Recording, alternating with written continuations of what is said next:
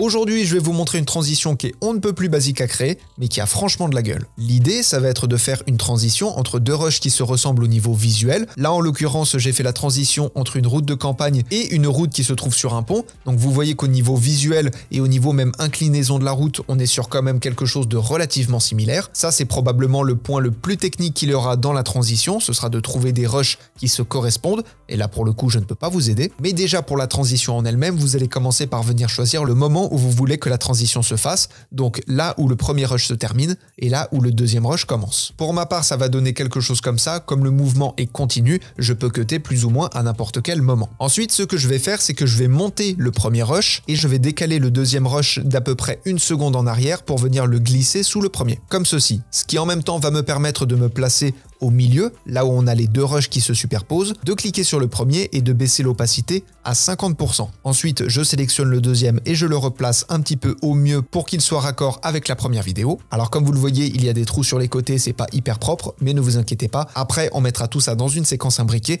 et on recadrera comme il faut. Donc une fois que mes deux rushs sont superposés, je vais remettre l'opacité à 100%. Je vais me placer au début du deuxième rush et dans la fenêtre effet, je vais venir taper le mot luminance et glisser-déposer l'effet incrustation luminance sur le premier rush. À partir de là, je vais mettre le seuil à 0%, activer le chronomètre de seuil et le chronomètre de découpe. J'avance un peu dans ma timeline, peu importe l'endroit, ça c'est pas bien grave, on va replacer les images clés après. J'augmente le seuil à 100%, je recule de 5 images et là j'augmente la découpe de 100%. L'idée est que le seuil et la découpe ne se fassent pas en même temps. Et si la découpe se termine avant le seuil, vous allez avoir l'animation de transition dans un sens, et si le seuil se termine avant la découpe, vous allez avoir la transition dans l'autre sens. Mais ça, je vous laisserai regarder. Et du coup, une fois que j'ai rentré mes valeurs, je sélectionne mes deux dernières images clés et je viens les placer au bout de mon animation, ce qui du coup nous donne quelque chose comme ça. On a une transition qui est quand même relativement sympa et surtout très organique. Et comme je vous l'ai dit, une fois qu'on a fini, vous pouvez tout sélectionner, faire un clic droit, sélectionner un briquet